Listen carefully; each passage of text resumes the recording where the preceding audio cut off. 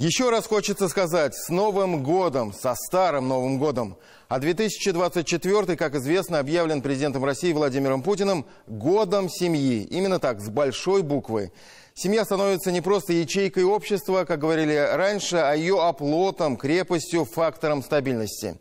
Цель объявленного года – сохранить и защитить традиционные ценности, а в средней и долгосрочной перспективе улучшить демографические показатели. Как сказал наш президент, на этой неделе радует то, что становится модным иметь много детей. В какой-то мере это действительно так. И в Татарстане мы видим, что 2-3 детей в семьях – это норма. По результатам исследований Центра семьи и демографии Академии наук Республики Татарстан, абсолютное большинство жителей республики, 70%, считают задачу воспитания детей наиболее важной в своей жизни. Для 45% опрошенных семья и дети являются критерием собственной успешности. Количество разводов на 1000 браков в Татарстане самое низкое среди регионов Приволжского федерального округа. Но опять же, на 1000 зарегистрированных семей приходится более 500 разводов. Татьяна Тимошенко выясняла, что же в составе крепкого фундамента татарстанской семьи, как фундамента общества.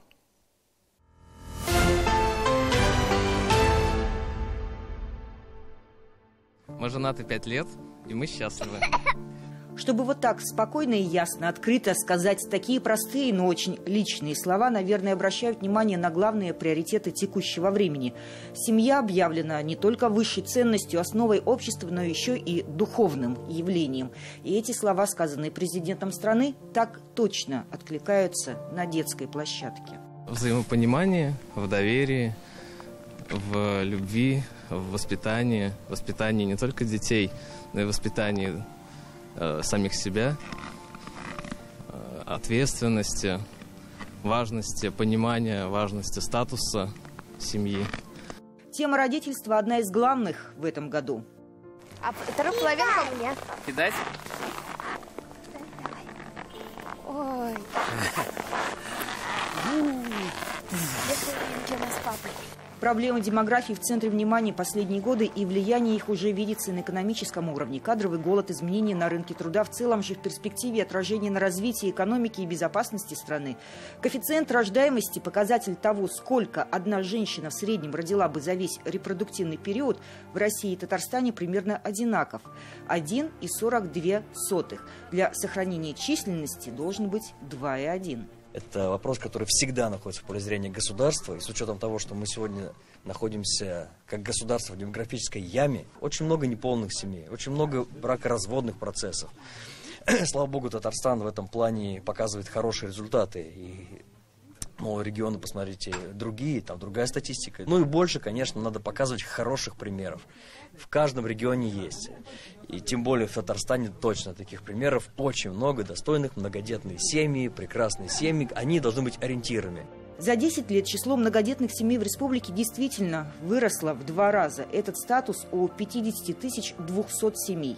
В мерах поддержки 6 федеральных и 55 республиканских. Но все равно доля молодежи в обществе такова, что очередной бэби-бум не приходится ждать до 2030-х годов. Но самое главное, что мне, например, по сердцу и по душе, выступление Владимира Владимировича на Всемирном русском народном соборе, когда он сказал, что в принципе должны быть жизненно важные нравственные ориентиры для развития демографии, а не только выплаты. Выплаты – это хорошо, это здорово, это прекрасно, но все-таки духовность, возрождение истории наших семейных традиций, все, что нам с вами дорого, духовные скрепы, это как раз и есть тот контекст, в рамках которого мы все работаем. Мы все-таки за то, чтобы государственная политика, которая сейчас имеет очень яркий семейно ориентированный окрас, чтобы она все-таки меры своей поддержки еще больше увеличила. При этом я хочу сказать, что те, кто говорит, что откладывает рождение ребенка на неопределенное время из-за того, что доход его не такой желанный, какой мог бы быть затрачен, это все причины косвенные, за которыми скрываются либо отсутствие брачного партнера и, соответственно, невозможность родить ребенка.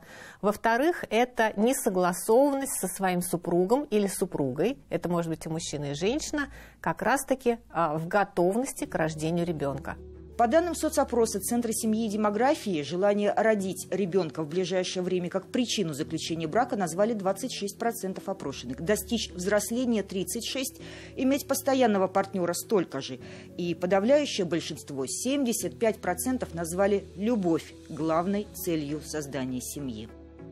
Брак должен быть зарегистрирован, так считают 34% респондентов. Из распространенных установок о семье лидирует и то, что мужчина должен заниматься бытом 40%, в то же время сохранять семью с нелюбимым человеком, даже ради детей не готовы 42% опрошенных. Но то, что развод – это норма, считает только четверть татарстанцев. В первую очередь, конечно, не слышат друг друга. Это самая главная причина в многих семьях, когда люди не слушают и не слышат друг друга. Вторая причина, скажем так, отсутствие интимных отношений. Это тоже один из важных моментов, да, и либо у кого-то из супругов они присутствуют, но не в семье, да, на стороне. То есть это тоже надо учитывать. Учитывать надо то, что нет эмоциональных каких-то контактов, нету каких-то традиций, которые в семье должны быть. Элементарно даже вот вместе поужинать за столом. То есть это должно быть как правило. Способность любить и сохранять долговременные отношения психологи называют одним из признаков ментального здоровья человека, несмотря на кризисы, внешние и внутренние. Семейные отношения можно сравнить как с механизмом часов. Прежде чем завести часы, мы же должны установить правильное время, настроить. И не факт же, что они будут работать у нас постоянно. Да? За ними надо ухаживать, подкручивать, там, батарейку поменять, еще что-то. В семье то же самое. То есть вот на начальном пути нужно распределить, кто за что в семье вообще в быту отвечает. И не останавливаться на этом. То есть над отношениями нужно всегда и постоянно работать. Я стал очень расчетливый. Я стал очень сильно ответственный. Я начал изучать вопросы вот именно воспитания. Смотрел на свой опыт, как воспитывали меня в свое время, что я могу положительного передать своему ребенку. И когда ты сам становишься мужем и отцом, соответственно, ты становишься частью этого всего. Да, частью вот этого сообщества семейного. Этого невозможно понять и воспринять, пока ты сам не окажешься на этой стороне. Давай бросать снег наверх. Если семья – основа государства, то счастливая семья – фундамент личного, индивидуального счастья, который не разбить в быту. Бывает ситуация, когда вы друг к другу притираетесь, когда происходят ссоры, но мы стараемся всегда найти компромисс друг между другом, тем более у нас есть маленькая дочка, и мы стараемся не только ради себя, но ради нее, чтобы она росла в здоровой семье, чтобы она видела пример того, как мы умеем решать конфликты друг между другом, и тогда мы надеемся, что ее будущая семья будет такой же здоровой, как и наша. И еще немного цифр. 70% татарстанцев назвали цель воспитания детей наиболее важной в жизни, а семью – критерием собственной успешности, что подтверждает и экономическая наука на стыке с психологией. У человека с рождением ребенка появляется стимул для того, чтобы расширить жилплощадь, да, взять ипотеку, но при этом есть стремление карьерного роста. То есть вообще семья – это смысл жизни, который человека по лестнице ведет наверх, но никак не вниз. Большинство тех, кто создает семью, конечно, готовится к тому, что это будет забег длиною в жизнь, ориентируясь только на свои ценности в жизни и преодолевая свои препятствия, большие и малые.